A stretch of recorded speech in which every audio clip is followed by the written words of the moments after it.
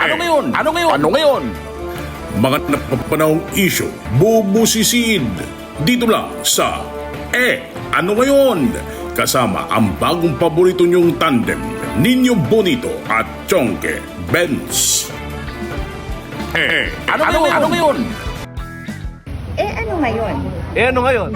Pagkalipas ng maraming araw na pinatira ng PNP sa KOJC compound ang mga pulis na may mabababang ranggo. May lumitaw na letter of appeal, di umano, mula sa hanay na nagmamalasakit nilang officers. Bunga ito ng parusang pisikal, mental, emosyonal at espiritual na dinaranas ng mga pulis sa pikit matang pagsunod sa utos ng mga nakatataas. Ano ngayon? Ano ngayon? May pulis sa ilalim ng hukay. Hukay! May pulis sa ilalim ng hukay. Nako, hinukay! Nagalit si General, nagdinay ang pulis na merong hinukay. May nakita ako na anggulo na talagang hinihila yung pulis dito sa leeg, sa kular, hinila dito sa braso. In fact, ang dala-dala lang naman niya is basura para itapon sa labas. Yun, I feel dismayed by that incident. Marami na po nakalampas. Pinalampas namin kasi akala namin basura. Nakalampas. Then na-found out po namin basura sa ilalim po. Yun po yung mga hukay-hukay po nila. Yun po yun. Kaya gusto lang ma-stop, ma-check po. Secondly po, sa basement po kasi, I want to disabuse the mind of General Torre po na parang nagre-resist kami. Wala daw silang magawa pag may search. Mali po yun, isa lie. Pag once i-cordon po nila lugar, wala po kami magawa. Like the basement po. Correct. Aside from the visual search na ginagawa nila, gusto pa nila ng how do you call that search na gagamit pa sila ng mga technological search to determine heartbeat and life beneath the ground. Yan ang gusto lang gagawin, which is, I think, as far as serving a warrant of arrest is napakalayo na. Napakalayo na yan. Idol Bonito, sana huwag mabisto ang pulis na nag-upload ng picture. Dapat lang, mapapahamak siya kay General Torre. Huwag naman sanang maging para sa pulis na uploader ang hukay. Agoy! Naku po! Baka yung school compound din magkaroon ng mumu. Ano? Kaluluwang gala. Ito sa gabi. Pumapalag na raw ang mga pulis na gustong umayos pero ngayon ang image nila ay wala na sa ayos. Agoy! May sulat di umano sila. Anong sabi sa sulat? We, police officers, have diligently followed your orders, which are clearly politically motivated. Sinusunod namin ang inyong utos ng pikit mata, pero kailang naman ang namumulitika. We agree with that all you are saying are all theories.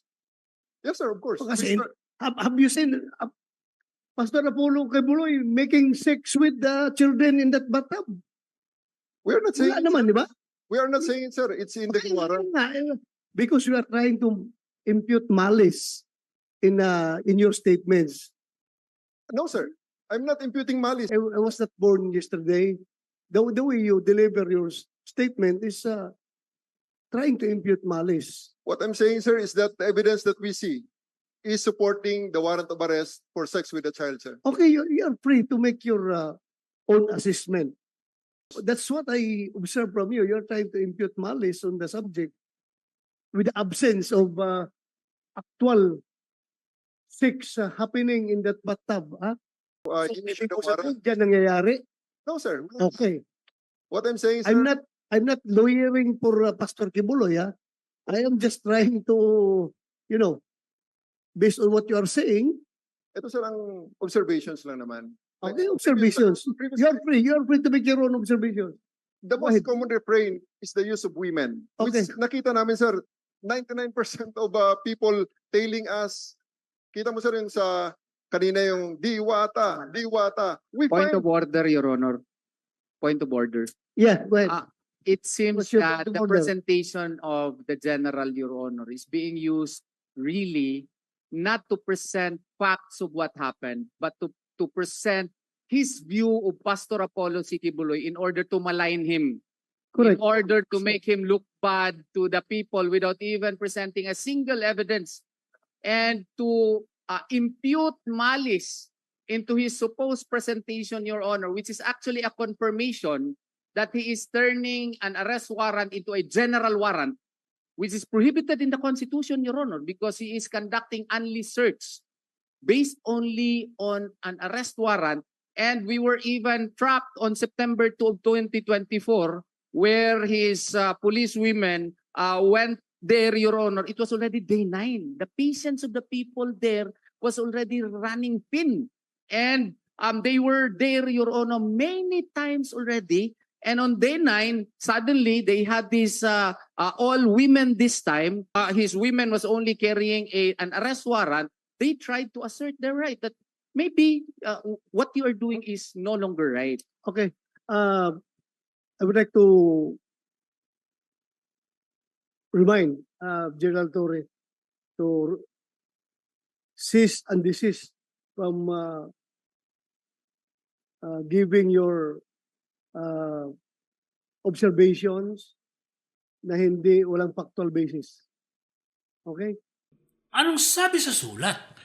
We find ourselves in a situation where our actions dictated by these orders are neither aligned with our own will nor consistent with the law. Dahil sa utos ninyo, nasusumpungan namin ang sarili na nawawala sa sarili. Ba't ganun? Kasi nalilito sila. Paiiralin ba yung konsensya at batas kontra sa utos ng nakatataas?